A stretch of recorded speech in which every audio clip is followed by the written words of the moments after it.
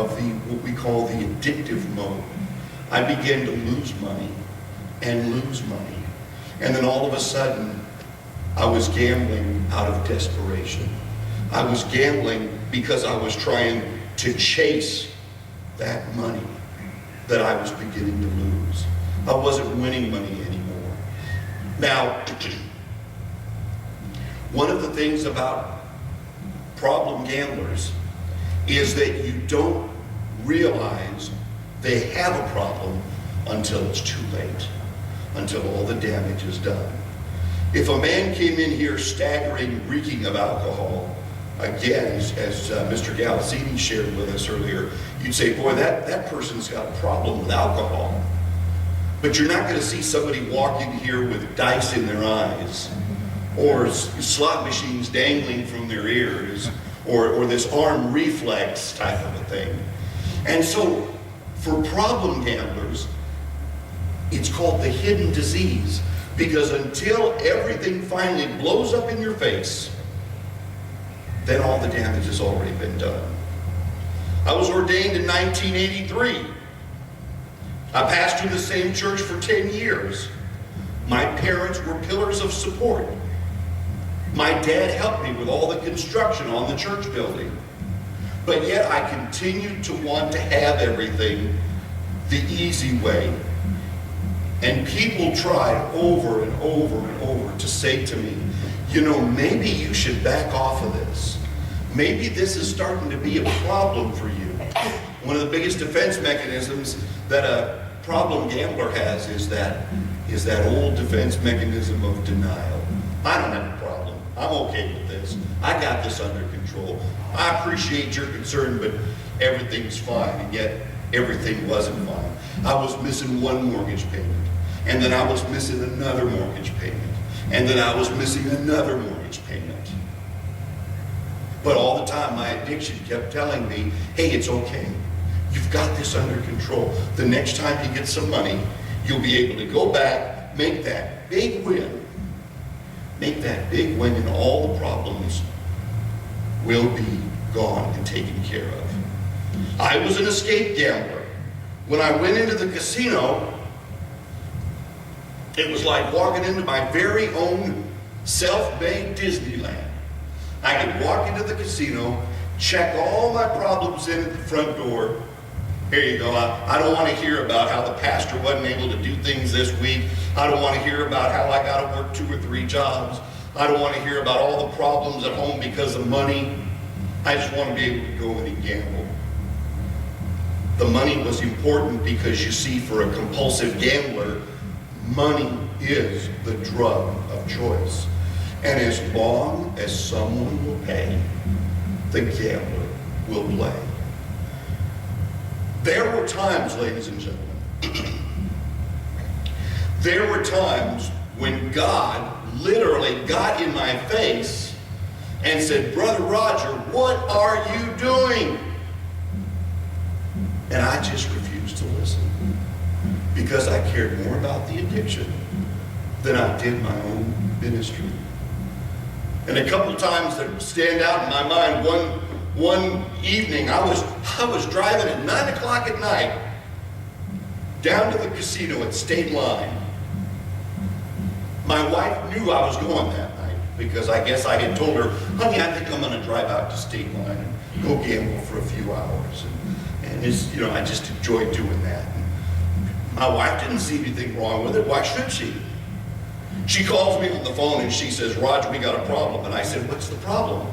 She said, one of the young people in the church youth group just walked out into an open field, took a gun to his head, pulled the trigger, and blew his brains out. Now, what do you think I did? Tell him I'll call him tomorrow. Tell him I'll call him tomorrow because I got to get out to the casino this evening. And I said, where did you tell the family I was? I told them you were on your way to Vegas. And I said, what? Why did you tell them I was? And she said, I'm not going to lie for you. And I should have known right there that that was a problem. But when you are in the grip of an addiction, The addiction is always going to win. It's that stinking thinking. I got a call one afternoon. There was a family that grew up in our church. They had moved to Georgia. Their last name was Plunkett, Harry and Gloria. Harry had left me a voice message on my voicemail. He said, "Roger, we're in California. My oldest son stepped out of a restaurant last night on Pacific Coast Highway. He was instantly killed by a vehicle. We need you to do the funeral for us." Again, this was one of those days when I just left the house in the morning, drove out to State Line to gamble. Nobody knew where I was. I should have taken that as a wake-up call. And then one day, Marge Van Tongeren, one of my wife's friends from San Gabriel Christian School, calls me and says, "Where are you? Kim's had to take your oldest boy, Andrew, to the emergency room. He broke his leg at football practice. Where are you?" I said, "Oh, I'm off on an appointment." It's very plain and simple, ladies and gentlemen. With addiction, it gets progressively worse, never better. At some point in time, I crossed that line. It's an invisible line, but it's where very simply the cucumber became a pickle. The cucumber, which is a responsible gambler, crossed over and became a pickle and became a problem gambler. And that process is not irreversible. I'll be a compulsive gambler the rest of my life, but I choose today to work my program. I choose today not to gamble. Every time I had money, I gambled. I called the bank one day. Somebody accidentally put an extra $1,000 in my checking account. Do I need to tell anybody here what I did? I went rushing down to the bank as quick as I could, drew that money out, and I got down to the casino.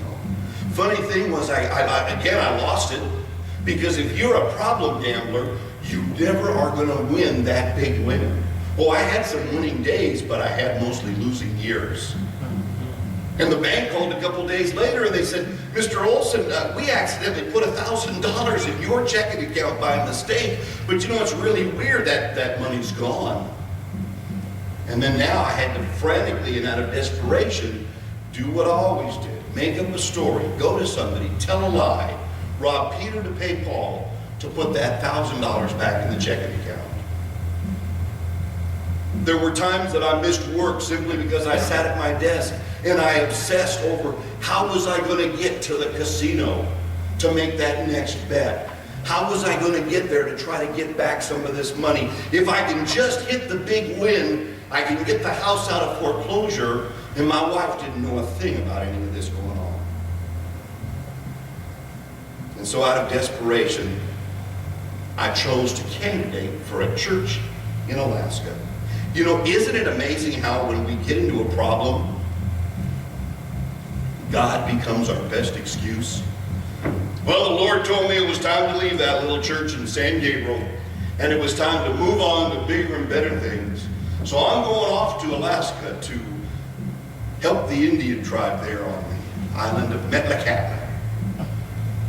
And of course, when they saw my resume, they were like, "Wow, you'd come out here?" I said, "Oh, of course. This is where God's calling me to go."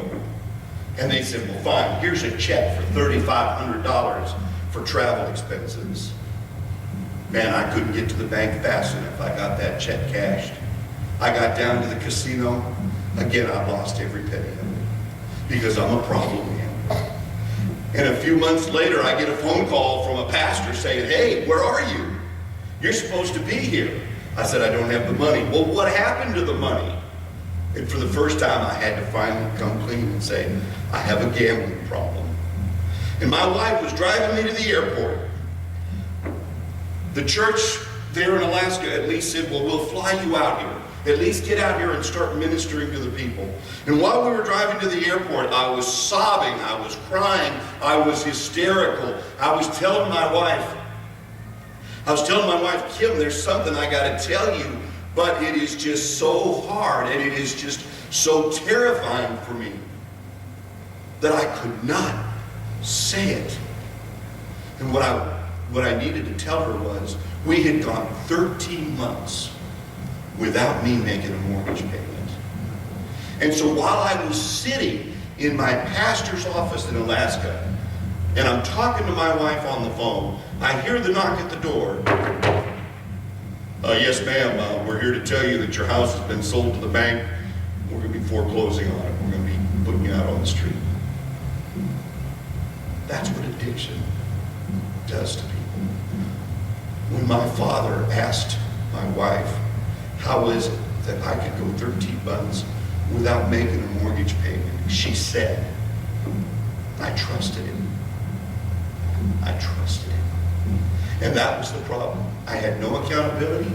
I had no responsibility to anybody. And a good friend of mine, Tom McEnroe, got on the phone with me. He and I had gone to high school together. He said, if you think by staying in Alaska, the Lord is going to bless you, you need to come home. You need to take care of your family. You need to get help. And so I wrote a resignation letter. I couldn't even face the congregation, Jack. I was so embarrassed. And I said, I'm sorry. I've got a problem. I've got to go home. And I left and went back to California. And I was sitting there one day in my car, and I had literally hit rock bottom. And you know, it says in the big book of AA that a man will not get help until he finally hits his rock bottom. And I was sitting there, and Doc was on the phone with me, my youth pastor. This same man whose office I had been down on my knees saying that I was ready to go into the ministry. And he's on the phone with me, and he says, I want you to remember that there isn't a single person in the Bible that wasn't able to do great things for God until that person was completely broken. And he said, this may not even make any sense to you right now, but God's going to use this to help somebody else. And I'm sitting there going, yeah, right. How's this going to help somebody else? I'm bankrupt in every area of my life. Financially, spiritually, mentally, emotionally. We're out on the street. My wife and kids have basically written me off. I'm standing there in Duarte, and I'm watching Duarte, California, and I'm watching the moving van as it's pulling away with our furniture. And I'm saying, Lord, please tell me this is just a bad dream, that I'm going to wake up in a few minutes and everything's going to be back to normal. I cannot believe that I allowed things to get to this place. And I could stand in the pulpit and I could say to my congregation in California, you can be sure your sin is going to seek you out. And yet, right behind me would be my addiction talking to me. And my addiction would say, it's okay. We got you covered. Nobody's going to know about your problems. Your sin is in check. I'd say, okay, good. My addiction and I are on the same page.